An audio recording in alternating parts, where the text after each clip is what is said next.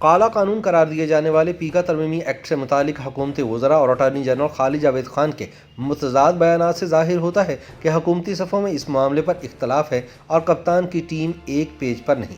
یہ باہمی اختلاف تب ابھر کر سامنے آیا جب وزیر اطلاعات فواد چودھری نے خالد جاوید خان کی جانب سے پیکا ترمیمی قانون کو کالا قانون قرار دینے پر تحفظات کا اظہار کرتے ہوئے کہا کہ اس کی تیاری میں خالد جاوید خان کو بھی اعتماد میں لیا گیا تھا، پھر نہ جانے کیوں وہ اس طرح کی گفتگو کر رہے ہیں۔ واضح ہے کہ پیکا آرڈیننس کو Pakistan federal union of journalist نے اسلام آباد ہائی کورٹ میں چیلنج کر دیا ہے، جس کے بعد پیپلز پارٹی اور نون لیگ نے بھی اسے چیلنج کرتے ہوئے اسلام آباد ہائی کورٹ سے رجوع کر لیا ہے۔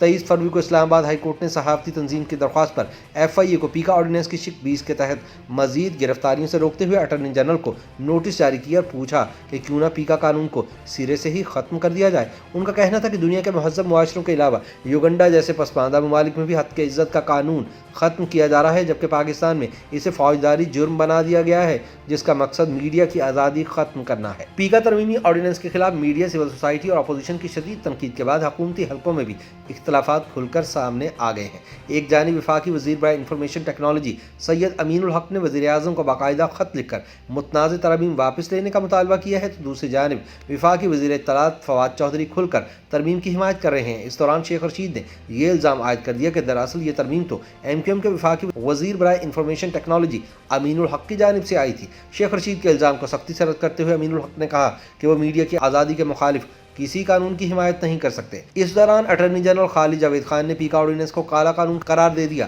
اور کہا کہ اس میں ترامیم کی گنجائش موجود ہے۔ ان کا کہنا تھا کہ میں وزیر اعظم کو اس حوالے سے تجاویز دوں گا۔ خالد جاوید خان کے مطابق آرڈیننس تو واپس نہیں لیا جائے گا، مگر اس میں ایسی دفعات شامل کی جائیں گی جس سے اس کا غلط استعمال روکا جا سکے۔ ان کا کہنا تھا کہ نیا آرڈیننس ہر کیس پر لاگو نہیں ہوگا، ایسے SOPs وضع کیے جائیں گے جس سے یہ یقینی بنایا جائے گا کہ اس کا غلط استعمال ممکن نہ ہو۔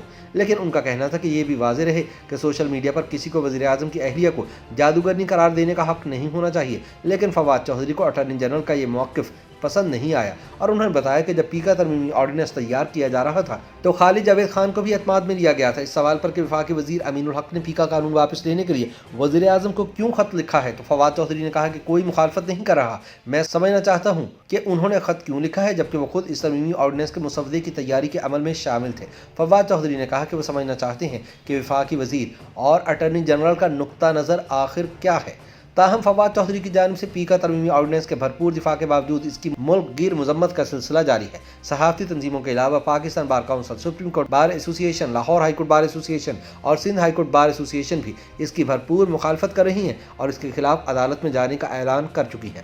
یاد رہے کہ ماضی میں پیکا کے کالے قانون کے تحت حکومت کے ناقدین درجنوں صحافیوں کو گرفتار کر کے ہراساں کیا گیا تھا اور اس معاملے میں FIA کی سائبر کرائم ونگ نے ریاستی گنڈے کا کردار ادا کیا اور بغیر وارنٹس گرفتاریاں ڈالی۔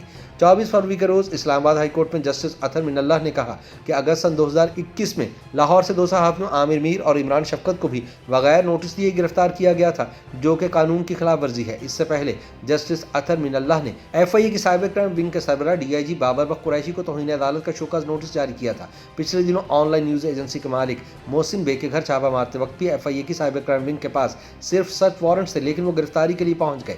لہٰذا اب عدالت اس نقطے پر غور کر رہی ہے کہ کیوں نہ پیکا کے ڈریکونین قانون کو سرے سے ہی ختم کر دیا جائے۔ YouTube پر گوگلی نیوز دیکھنے کے لیے youtube.com کی سرچ بار میں گوگلی نیوز TV ٹائپ کریں۔ گوگلی نیوز کے پیج پر سرخ رنگ کے سبسکرپشن والے بٹن پر کلک کرنا نہ بھولیے۔ YouTube پیج پر اپلوڈ ہونے والی ویڈیوز سے باخبر رہنے کے لیے بیل آئیکن پر کلک کیجیے۔ آپ کو ہر نئی ویڈیو کے بارے میں نوٹیفیکیشن موصول ہو جائے گا۔